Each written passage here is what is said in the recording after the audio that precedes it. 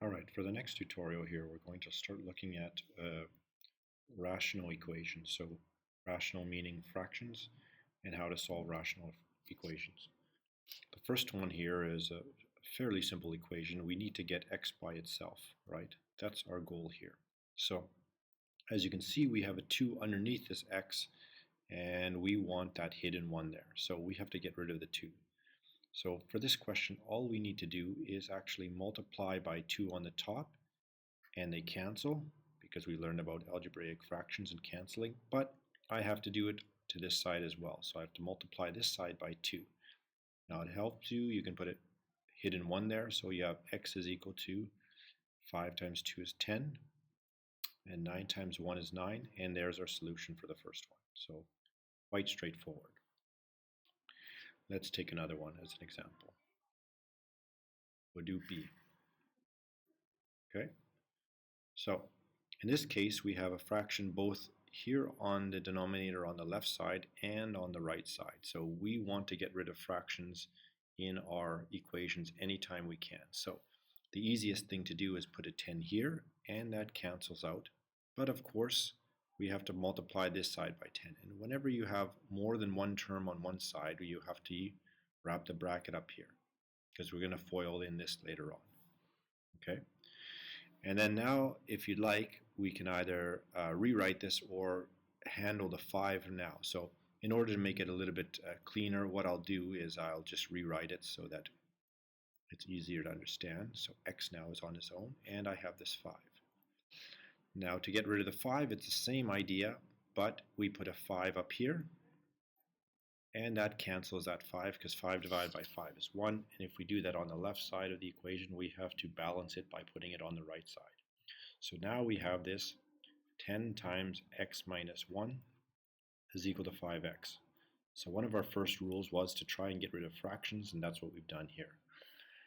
One of the second rules that I have is expand whenever you can expand. So I'm going to expand in here.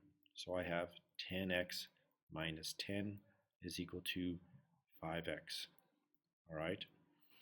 And finally, we want to put our numbers on one side and anything with algebraic term on the other. So if I add 10 to this side and this side, that gets rid of our 10.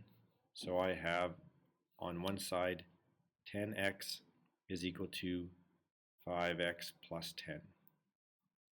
Now I would like all my algebraic terms on the same side, so I want to move this 5x over onto this side with a 10x. All right.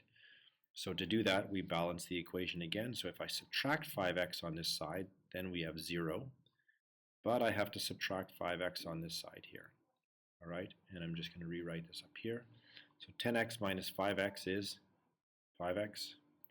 And then we have this 10 on this side here from this guy. And finally, our last step is to get x completely by himself by dividing the coefficient out in front of the x. So remember, 5 is the coefficient. So if I divide both sides by 5, we have x is equal to 2. All right, so that's how we solve this one, which has more fractions. If you like, I can do one more here just for practice. So let's see, if I take, for example, I'll take I as an example. So delete these, and bring I up here. So once again, we have fraction pieces in the denominator. Let's get rid of those fractions right away. What I'll do in this step, though, is I will add one quick step if you're comfortable doing that. I'm going to put negative 2 up here so I can cross the negative 2 off here. So I have minus 2 here. And then in the exact same step, I'm going to put 4 up here. That crosses the 4 up, but I have to put a 4 here as well. So if you like, you can do both of them at the same time. So if I rewrite this, I have negative 2 times 2x minus 5 from this side, and on this side I have 4 times 3x minus 1. The 4 can be on the right side or the left side, it doesn't matter. It's not going to change your value. Now I have